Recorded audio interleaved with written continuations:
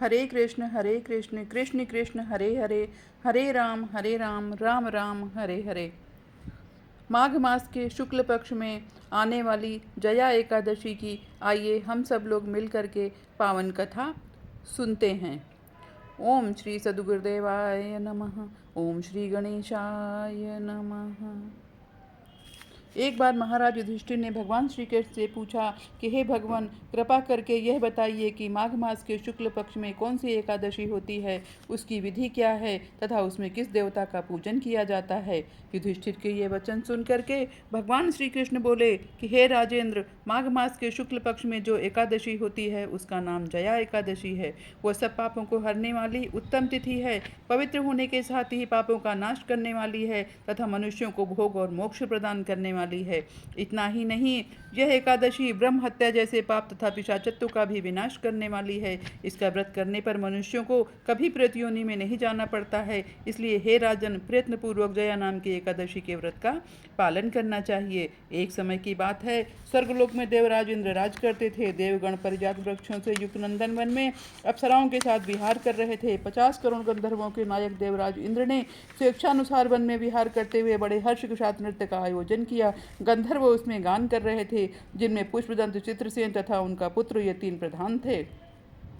चित्रसेन की स्त्री का नाम मालिनी था। मालिनी से एक कन्या उत्पन्न हुई थी जो पुष्पवंती नाम से विख्यात थी।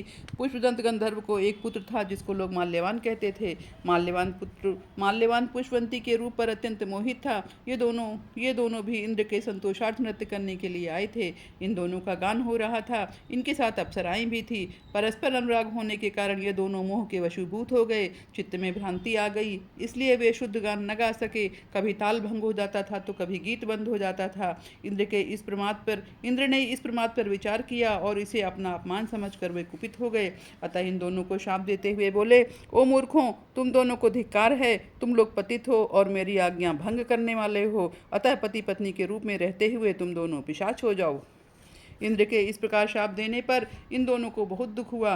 वे हिमालय पर्वत पर चले गए और पिशाच योनि को पाकर भयंकर दुख भोगने लगे। शारीरिक पातक से उत्पन्न ताप से पीड़ित होकर के दोनों ही पर्वत की कंदरों में विचरते रहते थे। एक दिन पिशाच ने अपनी पत्नी पिशाची से कहा, हमने कौन सा पाप किया है जिससे यह पिशाच योनि प्राप्त हुई है। नरक का कष्ट अत्यंत भयंकर है तथा पिशाच योनि के दुख भी बहुत कष्ट देने वाले हैं। अतः पूर्ण प्रयत्न करके हमें इस पाप से बचना चाहिए। इस प्रकार चिंतामग्न होकर वे दोनों दुख के कारण सूखते जा रहे थे। दैवयोग से उन्हें माघ मास के शुक्ल पक्ष की एकादशी की तिथि प्राप्त हो गई। जया नाम से विख्यात यह तिथि सब तिथियों में उत्तम है। उस दिन उन दोनों ने सब प्रकार के आहार त्याग दिए, जलपान तक नहीं किया, किसी जीव की हिंसा नहीं की, यहाँ तक कि खाने के लिए फल तक नहीं काटा। निरंतर दुख से युक्त होकर वे एक पीपल के समीप बैठे रहे। सूर्यास्त हो गया। प्राण हर लेने वाली भयंकर रात्रि उपस्थित हुई। उन्हें नींद नहीं आई। वे रतिया और कोई सुख भी नहीं पा सके। सूर्योदय हुआ। द्वादशी का दिन आया। इस प्रकार उस पिशाच दंपति के द्वारा जया नाम की एकादशी के उत्तम व्रत का पालन हो गया। उन्होंने रात में जागरण भी किया। उस व्रत के प्रभाव से तथा भगवान विष्णु की शक्ति से उन दोनों का पिशाचत्व दूर हो गया। पुष्पवंती और माल्यवान अपने पूर्व रूप में आ गए। उनके हृदय में वही पुराना स्नेह उमड़ रहा था। उनके शरीर पर पहले जैसे ही अलंकार शोभा पा रहे थे। वे दोनों मनोहर रूप धारण करके विमान पर बैठे और स्वर्गलोक में चले गए। वहां देवराज इंद्र के सामने जाकर दोनों ने बड़ी प्रसन्नता के साथ उन्हें प्रणाम किया। उन्हें इस रूप में उपस्थित देख करके इंद्र को बड़ा विस्मय हुआ। उन्होंने पूछा, बताओ, किस पुण्य के प्रभाव से तुम दोनों का पिशाचत्व दूर हुआ है। तुम मेरे शाप को प्राप्त हो चुके थे, फिर किस देवता ने तुम्हें उससे छुटकारा दिलाया है।